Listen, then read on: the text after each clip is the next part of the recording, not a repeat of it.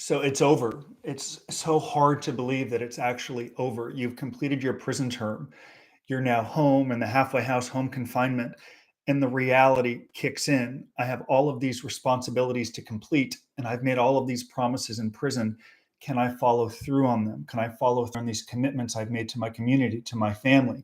These are the thoughts that hit me immediately after I was released from prison. I think there's this prevailing wisdom that when you get out of jail, you immediately want to go eat fast food or immediately want to have sex and dive into some vices and whatnot. Maybe for some, and if that's your thing, good for you. But at 33, out of prison with a felony record, ruined reputation, my careers in the past selling real estate and stocks, my focus wasn't on food or sex, people. It was, how am I going to follow through on the commitments I made, pay my restitution, not go to a rich friend, ask him for a job because he feels like he owes me a job, or doing it out of favor or guilt. Didn't want that.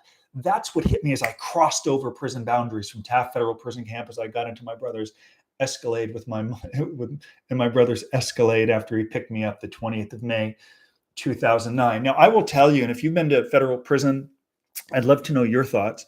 The last 2 months in federal prison were, how do I say it, the longest of the journey. So I served 388 days on the inside, and the first 2 months were pretty simple. They just fly by as you're getting adjusted and acclimated to prison. Kind of exciting in a weird way because you're wondering and waiting for so long, like, what's prison's like? Oh my God, I'm here.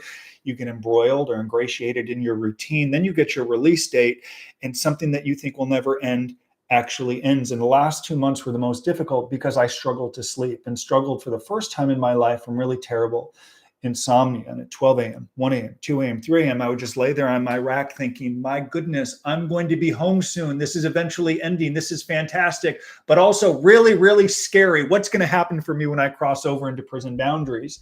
And that would keep me up all night, most nights. My business partner, Michael Santos, coined it short-term itis, the idea that you're so short to the door that it's very difficult to gain some momentum. And it was for me. And I spent those last couple of months kind of isolated more than I ever was. I wouldn't tell you I was the most social guy in prison. I didn't have a lot of friends by choice. And anytime I could find a time to spend time alone, I did, collecting my thoughts and just kind of thinking about, like, wow, how did I end up here? How will I do better? And how can I ensure that I never return to that end? While I was in prison, I made a lot of big promises. I documented my journey through a blog. Michael and I wrote lessons from prison and university. DePaul University even came out from Chicago to film me over at the low security prison, somewhat arrogant in a way where I talked about all these things I was going to do when I came home from prison, and preparing defendants for prison, educating audiences on the complications of white collar crime and how easily we can become trapped in this system. Yet it's very easy to say that from prison when taxpayers are warehousing you, just like it's very easy to say you're going to be honest and ethical in college if other people are paying your bills and you've never dealt with the responsibility that follows corporate pressure. So it's very easy to say it. The question was, could I do it when I came home? And that would keep me up at night, because as a convicted felon who's looked at differently because of my conviction, I did not want to be a charlatan. I did not want to be a fraud. I didn't want to say something in this book that I didn't follow through on. That's the reason I didn't enjoy the release from prison to the extent that maybe some people do. I had to follow through on these commitments and make very clear, defined choices. Now, what I will tell you is I get into some really smart choices that I made. And if you're justice impacted, I beg you to do the same thing that I did. I made a lot of bad decisions. I made some good decisions. As you prepare to go into this new world post-prison, I don't want you to resent the embarrassment at times that you may feel, even the humiliation as you pursue new projects and people disagree with you, make fun of you, laugh at you, all these things that came my way. I don't want you to resent them. I want you to recognize it's part of the journey, and I admire you for trying. Indeed, I'm nearly done with a new book called Rebuilding: How to Reinvent Yourself After a Felony Conviction. In chapter 2, I talk about done is better than perfect. Just start, despite some of the embarrassment, despite some of the humiliation. In chapter 2, I write about my first interview on Fox News. And guess what? It was horrific. It was awful. I didn't answer the question. I was drinking water, didn't even listen to the guy. I was so nervous and scared that I said they will never invite me back again. Indeed, they did. But I tried, and I was proud of myself for trying, despite some of my friends afterwards saying, dude, like, you didn't answer the question. What were you doing that didn't go great? And I'm like, yes, I'm well aware it didn't go well. I need you to try, embrace the idea that done is better than perfect, and constantly ask yourself, As soon as you get out of prison, I'm talking 9 seconds out, are you following through on the commitments you made while you were in federal prison to your family, to your friends, to your probation officer, to your judge at your sentencing hearing when you said, I will do better, create a new record, and never return? The second you get out, I need you to make sure you are following through on those commitments because, like prison, so many people go to prison. What do they? I'm going to get healthier. I'm going to write a book. I'm going to build a new career. Then they get there and they get comfortable and they embrace this idea that I can prepare down the road and bad habits kick in. They never get going. It's the same thing when you come home from prison. It's the same reason 99% of the guys who lose weight or get into better shape in prison put all of the weight back on. The world is right back in front of us and they don't follow through on the commitments they made to their family. I need you to embrace it. I need you to own it. I need you to be aware of it. And the first thing you need to do is follow through on a commitment you made in federal prison, which is what I did when I went to the halfway house in Hollywood. When I was in the halfway house in Hollywood, I used my first passes not to eat or sleep. Well, I would eat very little, not to sleep, very little sleep, not to have sex, not to eat food. It was only, I've got to learn, I've got to grow, I've got to build a new business. So my first passes in the halfway house, I wore my suit that I wore to my sentencing hearing because I got in better shape in prison. The suit was about 5 sizes too big. Didn't care, didn't have money. The last thing I was concerned about was what somebody thought of my suit that was now too big. You know, all I cared about, how am I going to pay my restitution?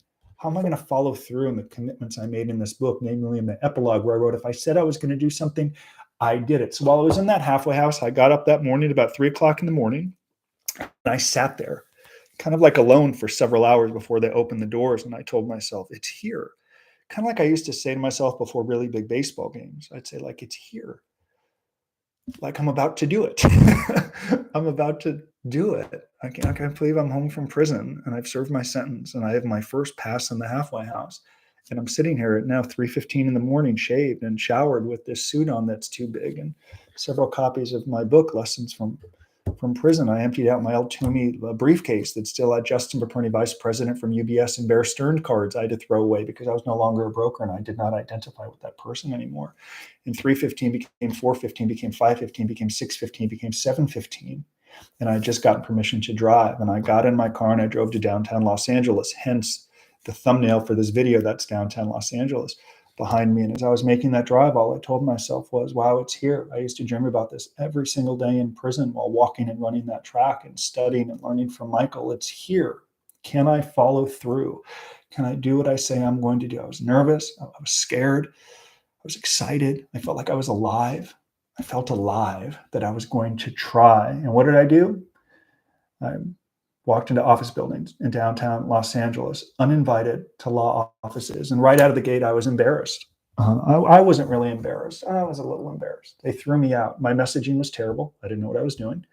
I presumed because I wrote a book in prisons, people would like want the book. And, oh, you wrote a book. Tell me about the book, Justin. So like you're in prison, you wrote a book. I presumed it would lead to some dialogue. Instead, I heard, why are you here? You weren't invited. You don't have an appointment. Do you not see the no solicitation sign out front? Yet you're in here asking to see lawyers who are busy with whom you do not have an appointment. You just got out of prison. Yes. Give me your probation officer's name. I'm going to call and tell him you were uninvited and you're bothering us. So at one time I was a little dismissive when I said, so I take it you don't want the book.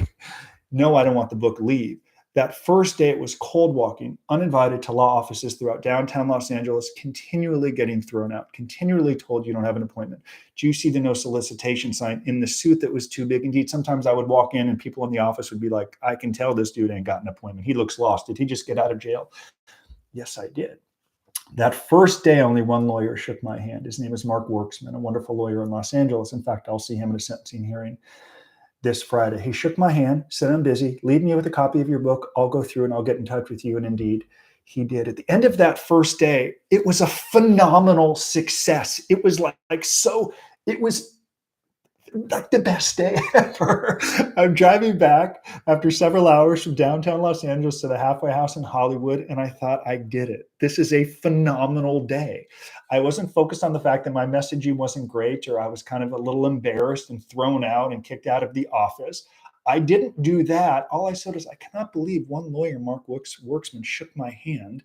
And he said, like, leave him with the book and I'll go through it and I'll reach out to you. Whether he does or not, I didn't really care. I was just happy that I had done it. which is something I want all of you to do when you start, when you try. And here's the takeaway. If I just sat in the halfway house all day and didn't try, what do I have? I ain't got nothing. I'm just there at the halfway house like so many dudes did all day. Ain't nothing coming my way. I'm a convicted felon. No one will approve my job.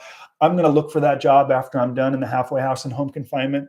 Exactly the same thing dudes said in federal prison when they're like, I'll start preparing when I got 6 months to the house. Prison parlance for 6 months to the halfway house. By then, habits build. You don't ever start. You don't ever start. Own it. Own it. So I knew if I sat in the halfway house and did nothing all day, I have nothing. I knew if I cold walked all day and nothing happened from it, guess what I still had? Nothing. I'm still in the same spot.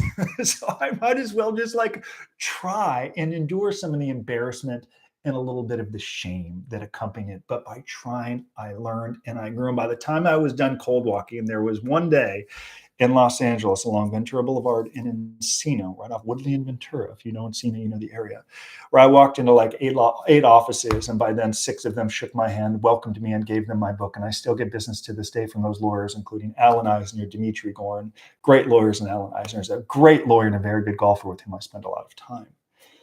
By trying and starting, I felt authentic. So as you come home from prison, you're going to face a test.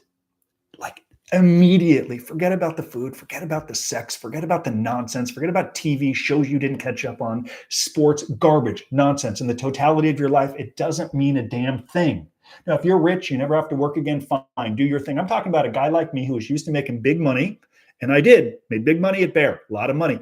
I liked it, grew accustomed to it, lost everything. Not just lost everything, I owed hundreds of thousands of dollars in restitution. I was starting over less than zero. Great film from the 80s, by the way. I had to start. I need you to start. The second you get out, test yourself. Just do it. Jump in, endure the embarrassment and shame. And I will close by reiterating to you why I was so committed to doing it. Part of the reason, my highest value, it still is till this day, my highest value was not encumbering my parents' retirement. My parents had resources, was not encumbering my parents' retirement, not asking my brother for money, not asking a friend for a job that I did not even have the skill set to do, paying my restitution. Those were my highest values. So if those were my highest values, everything beneath that I was willing to endure. Endure getting thrown out of an office, looking like an imbecile on Fox News for an interview I wasn't prepared for. Yeah, it's worth it. Part of the journey. I'll endure that because it gets me closer to paying my restitution, not encumbering my parents' retirement, not asking my brother for money, or not asking friends for a job I did not have the skill set to do. What's of higher value to you? And if you can embrace it from that perspective, you will do uncomfortable things. You will do things that might be hard, and you will start and embrace the idea done is better than perfect. Just start. Because if you don't, you're going to end up in the same spot. I didn't start, nothing happened.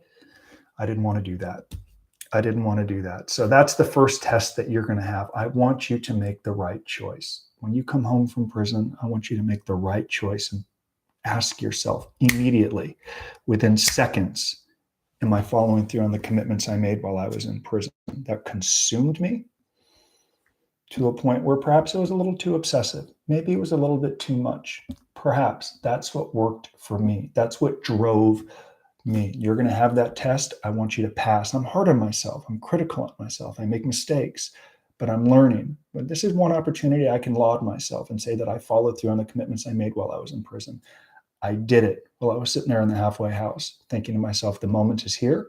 I've prepared for it. Do I have the chutzpah? Do I have the courage to actually implement and make those cold walks and do it? And I did it. And it's part of the reason I'm here growing this business. Thank you very much for joining the White Collar Advice community. A couple of things. If you want a free copy of Lessons from Prison, it's for free at White Collar Advice. All you have to do is read the book. It's really a privilege to be here. We recently crossed over 20,000 subscribers, and I'm grateful for all of you. I'm grateful to be here. And I know when I was in trouble, I could have used this service. I could have used help when I felt vulnerable and exploited by lawyers, and I lied to the government, and I was hopeless and desperate and scared. I wish I needed someone to speak with me honestly and directly. It would have helped me. It would have helped me make better choices. And I pray that it helps you and your family make better choices. We're really grateful to be here and help you. Back soon. Goodbye.